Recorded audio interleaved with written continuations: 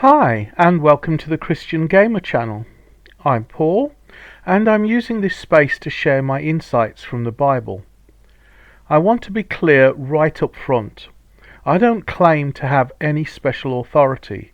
I'm not a pastor, a theologian, an apostle, or anything special. I'm just an ordinary person who reads their Bible and wants to share what I've learned with the wider community. Because of that, your personal insights are absolutely no less valid than mine. I strongly urge you to join the conversation. If you disagree with anything I've said, or if you want to add something you think I've missed or glossed over, you are actively encouraged to do so. Feel free to leave your thoughts in the comments or even share a link to your own video. I know sharing biblical insights can be intimidating, especially in an age where simply trying to tell the truth can risk persecution or the fear of it down the road. But remember, God did not give us a spirit of timidity, but of power and love and self-control. So let's not be afraid to stand firm and share our faith and insights with courage. Okay, let's do this. So for day 14 of Advent, we'll be looking at the price of betrayal, and we're looking at the messianic prophecy in Zechariah chapter 11 verse 12. In the King James Version we read, "And I said unto them, If ye think good, give me my price, and if not, forbear. So they weighed for my price 30 pieces of silver." And in the English Standard Version we read, "Then I said to them, If it seems good to you, give me my wages, but if not, keep them. And they weighed out as my wages 30 pieces of silver." And in the New International Version we read, "I told them, If you think it best, give me my pay, but if not, keep it. So they paid me 30 pieces of silver." And just for context, let's have a look at Zechariah 11 verses 4 all the way through to 14. In the King James Version we read, "Thus saith the Lord my God, Feed the flock of the slaughter, whose possessors slay them, and hold themselves not guilty. And they that sell them say, Blessed be the Lord, for I am rich, and their own shepherds pity them not. For I will no more pity the inhabitants of the land, saith the Lord. But lo, I will deliver the men every one into his neighbour's hand, and into the hand of his king. And they shall smite the land, and out of their hand I will not deliver them. And I will feed the flock of slaughter, even you, O poor of the flock. And I took unto me 2 staves, the one I called Beauty, and the other I called Bands. And I fed the flock. 3 shepherds also I cut off in 1 month, and my soul loathed them, and their soul also abhorred me. Then said I will not feed you. That dieth, let it die. And that is to be cut off, let it be cut off. And let the rest eat every one the flesh of another. And I took my staff, even Beauty, and cut it asunder, that I might break my covenant which I had made with all the people. And it was broken in that day. And so the poor of the flock that waited upon me knew that it was the word of the Lord. And I said unto them, If you think good, give me my price, and if it not, forbear. So they weighed for my price 30 pieces of silver.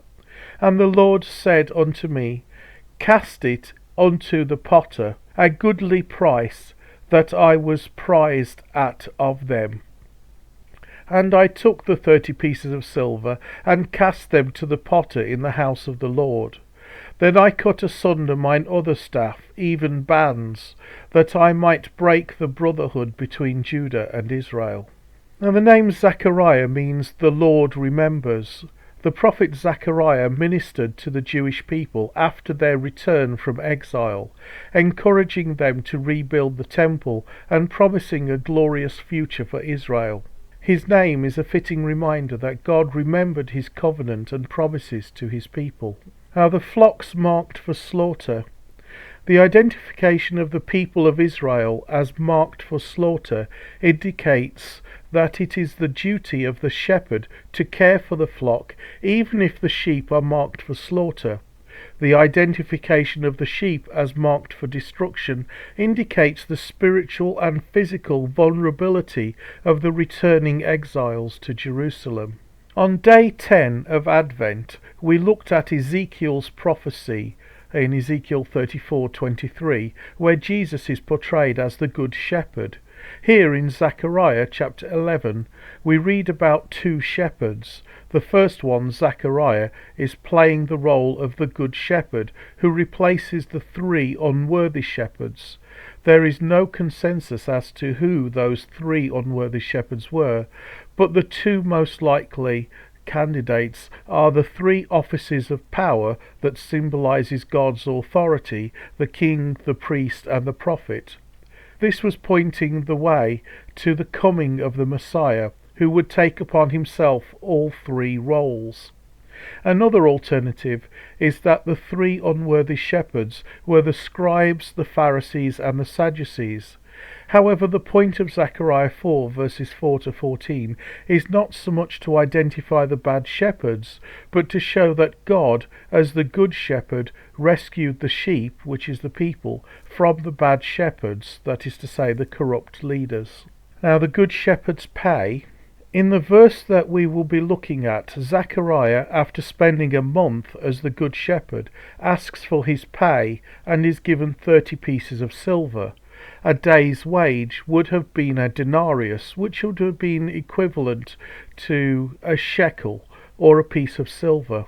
So 30 pieces of silver for a month is a fair wage for a day labourer. However, this is also the compensation required by the Levitical law for a dead servant.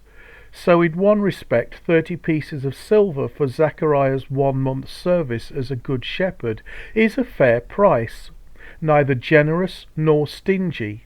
However, Zechariah rejects this pay as contemptible, saying sarcastically, "The handsome price at which they priced me." That's Zechariah 11 verse 13. This wouldn't make sense, since the sum is a fair price for a month's work as a shepherd. When taken in context of the money given to Judas for betraying Jesus, the unworthy leaders of the people of Israel are saying they value Jesus as the promised Messiah about as much as they value a dead manservant. This means Zechariah's contempt for the fair price he was paid is evidence that this is a messianic prophecy.